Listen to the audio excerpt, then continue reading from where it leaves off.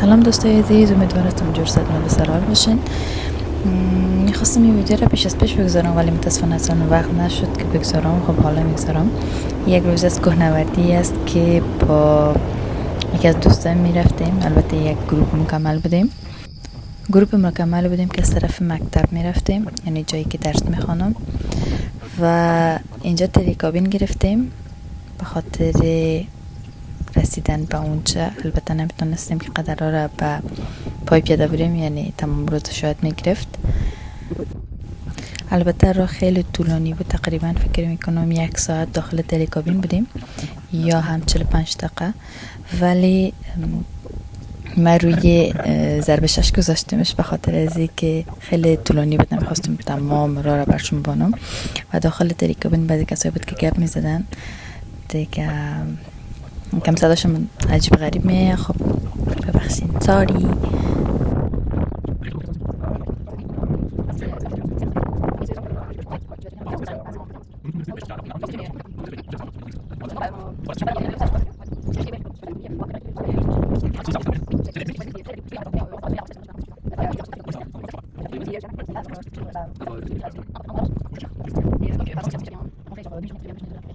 اگر ویدیوهای قبلی هم دیده بودین که برای کوهنوردی رفته بودم، درباره از این آهنایی که قسم به ماندگی هست معلومات داده بودم، ولی اینجا دوباره معلومات میدم.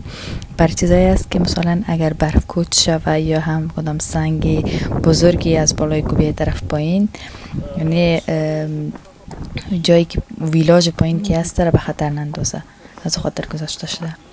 و اینجا رسیدیم، از تریکابین پایین شدیم و با دوستای ما گروپی که بودیم راه افتادیم که بریم به طرف کوهی که میخواییم بالا شویم. و تقریبا روبری که نشان دادم اونجا میرفتیم، البته نزدیک معلوم شد، ولی تقریبا 3 ساعت راه کردیم که اونجا برسیم.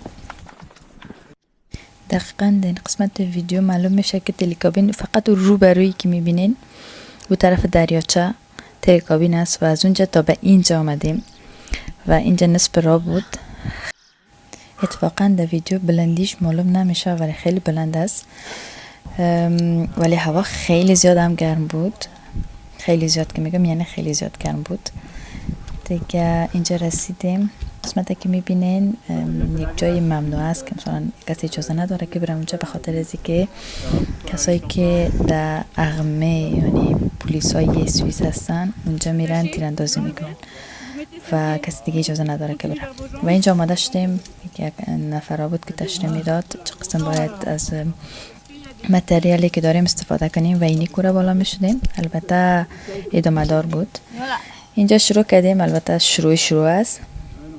خیلی ها شروع نکردن به خاطر از اینکه سرگنگس داشتن، گفتن نیمو نمیخوایم که بریم.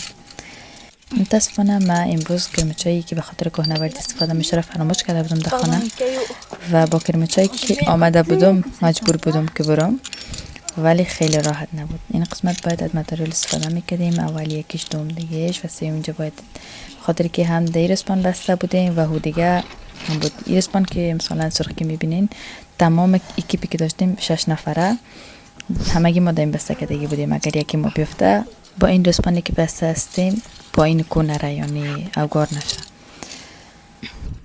نمیفهمیدم دیگه چی رقم باید تشریح بدم. کسایی که کوهنوردی میرن میفهمن که به چی درد میخوره، به درد چی میخوره. اینطور بگیم بهتر است.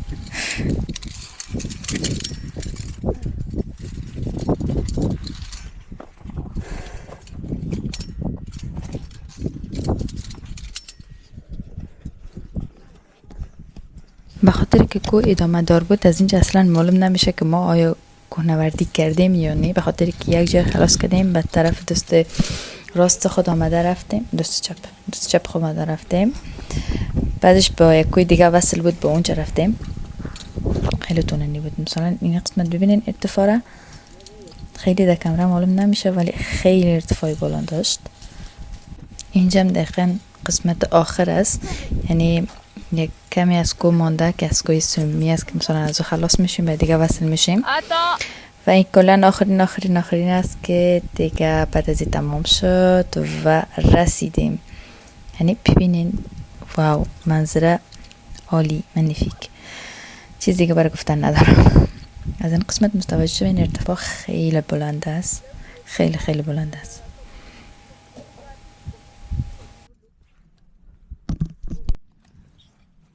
این قسمت نشستیم غذا خوردیم، البته یک کمی تفریح گرفتیم، بعدش دوباره شروع کردیم به پایین شدن از کوه. البته ایوار به طریق متفاوت، باید قدم می زدیم و تمام را قدم زده آمدیم تا که تلکابین بگیریم. ولی خیلی از آدمایی بودن که تلکابین نگرفتن، مستقیم با پایین شدن، یعنی 6 ساعت فکر کنم 7 ساعت در بر گرفت به پایین شدنم.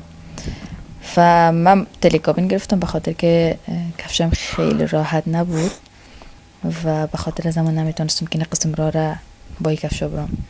و به خاطر از همون من تلکابین گرفتم و رسیدم پایین، وسایل خودم جمع کردم و با موتور رفتم طرف خانه.